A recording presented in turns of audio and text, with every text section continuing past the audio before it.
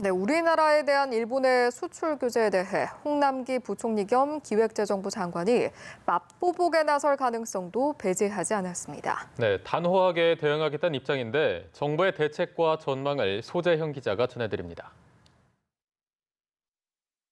홍남기 부총리는 일본의 수출 규제가 명백한 경제 보복이라며 이를 철회하지 않으면 다양한 대응 조치를 강구할 것이라고 밝혔습니다.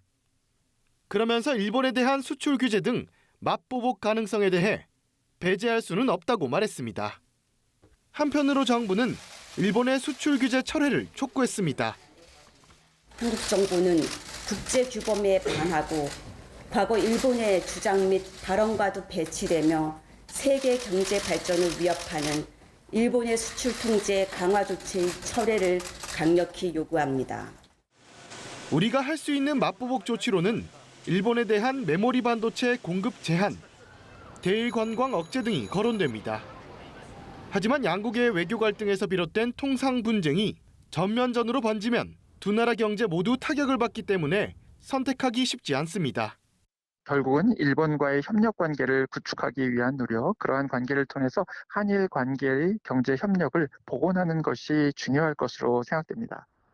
이 때문에 정부는 우선 세계무역기구 WTO 제소와 국제공조 강화에 우선순위를 둘 것으로 보입니다.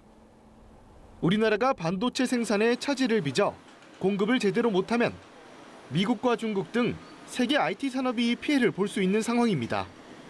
과거 중국의 대일본 히토류 수출 규제 때 일본이 미국 등과 함께 중국을 압박해 해결한 것처럼 이번엔 우리나라가 그런 방식으로 일본을 압박하는 방안도 제기됩니다.